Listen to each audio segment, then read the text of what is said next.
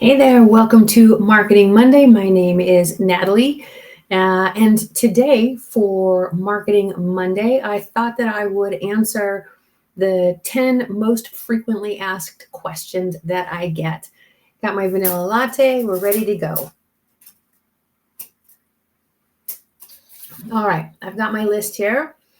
One of the questions I get frequently is, how can I differentiate myself and stand out as a mediator in a competitive market? That's a really good question.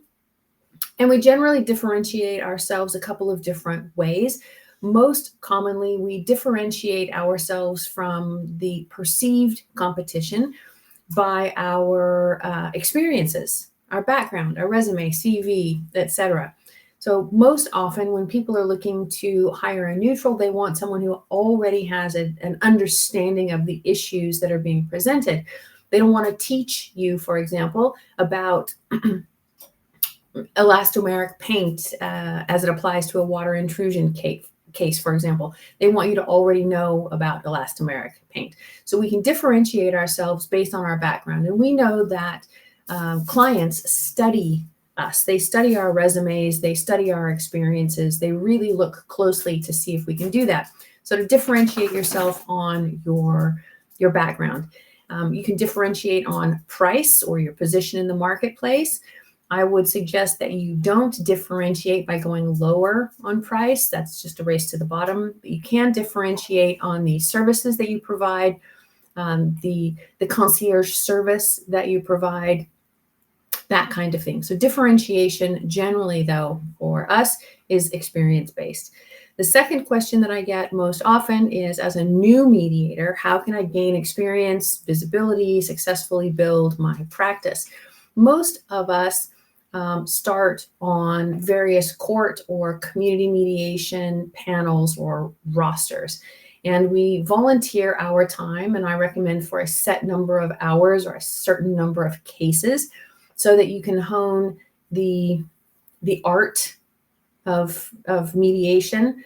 And after you've gained those hours, that experience, then you can apply to those rosters that are paid. And as always, right, you want to think about your primary target market. So if your primary target market is to hear civil commercial cases, volunteering to hear family, divorce, and child custody cases does not introduce you to the people who will ultimately hire you once you start your professional practice.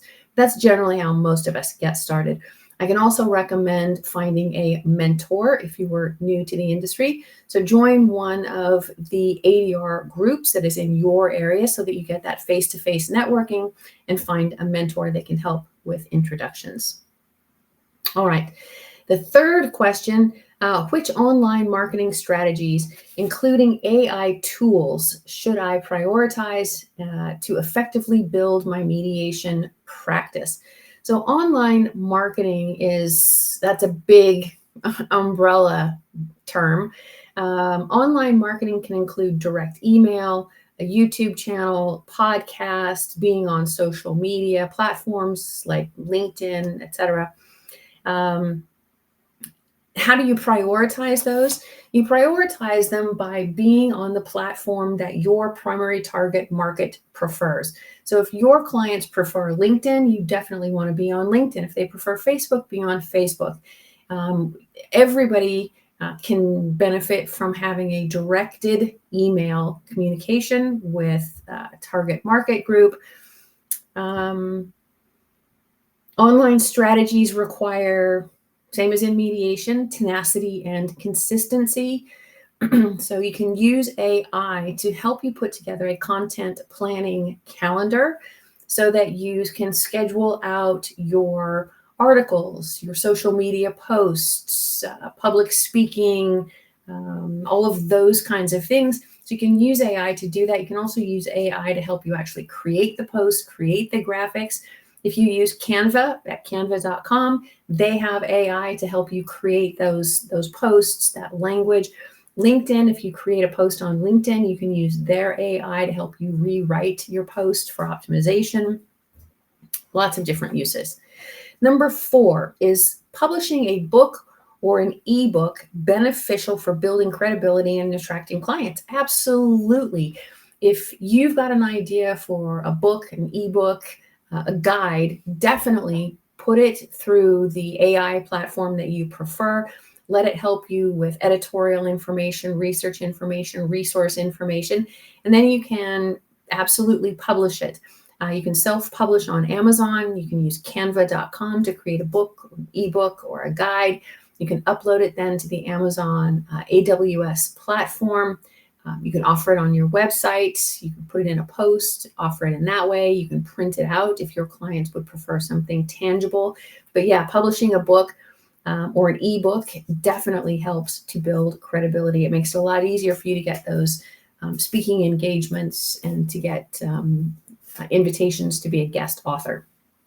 Fifth on my list, how important is social media for mediators and which platforms are most effective? How often should I post? Social media is imperative in 2025, not just for mediators, but for all of us. And the reason is because there's something that exists called social proof. We all do it. You probably have too. And that's when you go to Google, for example, and you type in plumber near me. What we're looking for is social proof that you are a credible professional that we should look further into, that you've got a website, that you're on social media, that you're published, that you are a speaker at an event, that you belong to the right credentialing associations and organizations, etc. So social proof is absolutely imperative in this day and age, again, because our clients study us. Now, which platform should you be on? Again, you want to be on the platform that is comprised of your primary target market. So if your clients love TikTok, you should be on TikTok. If they love Facebook, be on Facebook. If they love LinkedIn, be on LinkedIn. If they like YouTube, be on YouTube. That's how you decide. And how often should you post? That depends on the platform. For LinkedIn, 1, maybe 2 times per day max, but about 3 times per week is a nice average. Facebook, you can post 1 to 5 times per day, but again, once per day is probably fine. TikTok, again, once per day. You could do 2 per day. If you're on X, you can post every 30 seconds if you want. All right, next question. How should I price my mediation services competitively without undervaluing my expertise? Well, you want to do a little bit of competitive analysis. So look to see what neutrals with your specialty in your geographical location are also charging. For example, if you're in Texas, we know that statewide, the average mediator is being paid $338 per hour for their services. Of course, this is split between the parties, but you do that with competitive analysis. You can find that by Googling the mediators with your specialty in your area, go to their websites, look at their fee schedules, or find them on LinkedIn, find their website, look at their fee schedules. But you want to sort of look. What you don't want to do is, for an example, if you are a litigator that charges $400 per hour as a litigator, you don't want to charge $200 per hour as a mediator. That devalues your experience, your expertise, and your skill set. So if you're charging $400 per hour now as a litigator, minimally charge $400 per hour as a neutral. All right. Number 7, how do I market my mediation practice professionally without appearing biased, overly promotional, or compromising client confidentiality? So we can avoid appearing biased simply by not posting any information that leans one way or the other. We can provide news that is a little bit from plaintiff's side, a little bit from the defense side. We can post stories about successful ways in which people have handled their cases or failures at handling their cases. And of course, we never give names or corporate information or client information. We always change those details to protect the parties and our clients without appearing biased. So that comes up generally when clients ask me about whether or not they should post testimonials. If you're going to use testimonials, for example, on LinkedIn or your website, You can either make them unattributed, so it doesn't say the person's full name or their law firm, or you can post in equal numbers, one from plaintiff, one from defense, one from plaintiff, one from defense, one from plaintiff, one from defense, so that there's an equal number of testimonials from both sides. If you get recommendations on LinkedIn, for example, you don't have to publish them right away. You don't have to accept the recommendation.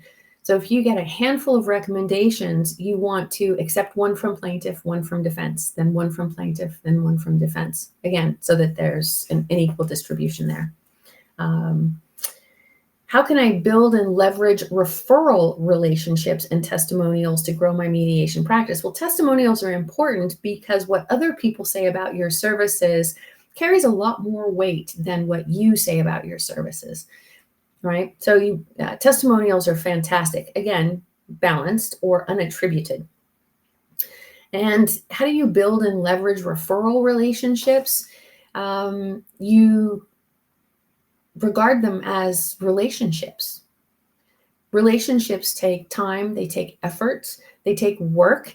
And so we want to be sure that we are regularly tending to those relationships. And the more that you can engage and take care of those relationships, the more referrals you'll get. You can always just ask for a referral. So if you know someone in the space in which you like to mediate, and just say, gosh, I'd really love to hear a case that has to do with bankruptcy or refinance. If you've got a case like that, be sure to let me know. Or if if you're talking with colleagues and they've got a case like that, I'd really appreciate if you throw my name in the hat. You can just ask. 9 on my list is, how do I effectively follow up and build meaningful relationships with new contacts from networking events?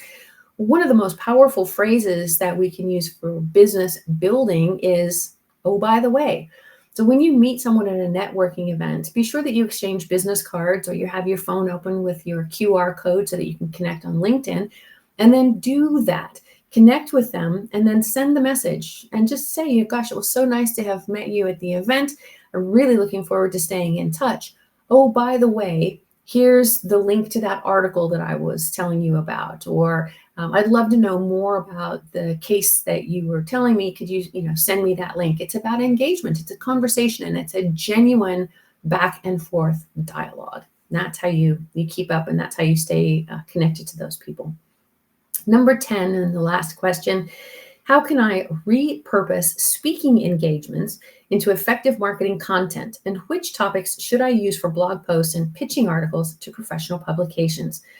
So repurposing any content is, imagine that your content is the hub of a wheel and there are all of the spokes going out on your bicycle wheel or your wagon wheel. And you can use that basic hub of content. You can post it as an article on your blog and then an article on LinkedIn or a newsletter on LinkedIn. You can use that same content and cut it up into small bite-sized pieces and use those as short form videos on YouTube or post it on LinkedIn, Facebook, etc. You can use that same content then and really up the language on it and submit it to all of your primary target market publications. Submit it as a potential article for them to publish. You can then break down that article and make it each single thought into a single post on any of your social media platforms. So you can use one form of content to make it a public speech, make it an article, make it a newsletter, make it short form video, make it long form video, submit it to be published, or put it up as a webinar on your website. There's so many different ways that you can use a single piece of content. So think of the content as the hub of the wheel and all of the different mediums as the spokes on the wheel. All right, that is it for Marketing Monday. Just a super quick flash FAQ response session. If you've got a question, be sure you put it in the comments and I'll answer your question in particular. I love all of the back and forth that we have from the Marketing Monday videos. That's it. I hope you have a great week and that your week has started off right. Enjoy your coffee. Be good humans. Bye-bye.